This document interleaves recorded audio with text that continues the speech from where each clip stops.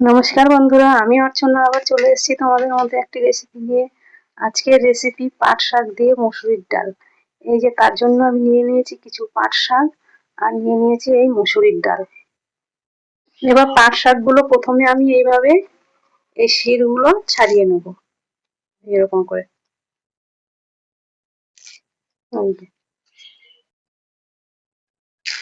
এইভাবে সব শাকের শিরগুলো ছাড়িয়ে নেব, তারপরে শাকটা ভালো করে ধুয়ে নেব। এই আমি শাকের শিরগুলো ছাড়িয়ে খুব ভালো করে ধুয়ে নিয়েছি। এবার শাকটা একটু ভেজে নেব। এই আমি উনুনে কড়াই বসিয়ে নিয়েছি। এবার কড়াইতে আমি তেল দিয়ে দেবো।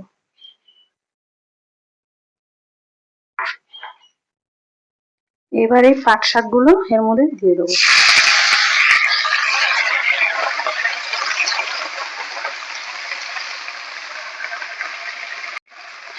এবার একটু ভালো করে নাড়াচাড়া করে ভেজে নেব শাকটা।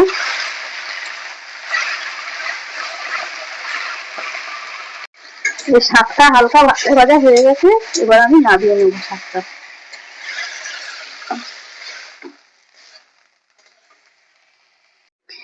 এবার এই কড়াইয়ের মধ্যে আমি একটু জল দিয়ে দেবো, একটু বেশি করে জল দেবো।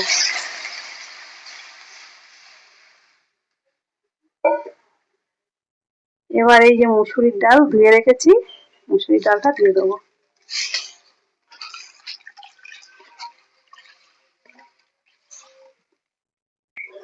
এবার ডালটা একটু ভালো করে সেদ্ধ হবে।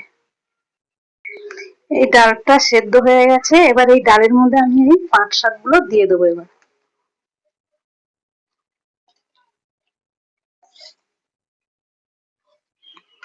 দিয়ে এবার এইভাবে একটু ভালো করে নাড়াচাড়া করবো।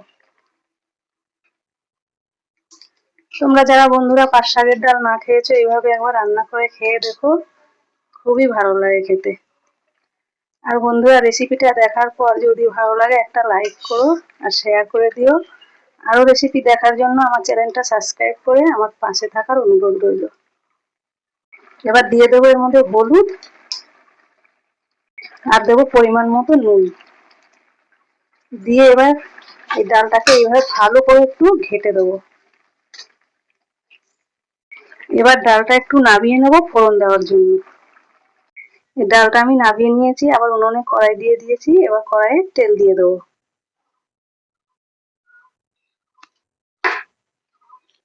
এবার এই তেলে দেবো এই শুকনো লঙ্কা আর দেবো এই রসুন থেতো করা। এবার রসুনটা একটু ভাজা ভাজা হবে। এই লঙ্কা রসুন লাল লাল করে ভাজা হয়ে গেছে, এর মধ্যে আমি এই ডাল এবার ঢেলে দেবো।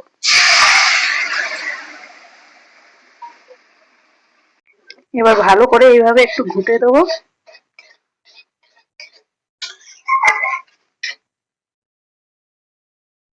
এই হয়েই গেছে পাট শাকের ডাল। এবার আমি ডালটা নামিয়ে ফেলবো। এই যে বন্ধুরা, পাট শাকের ডাল রেডি। তোমরা এইভাবে একবার বাড়িতে বানিয়ে খাও, দেখবে বিশাল টেস্টি।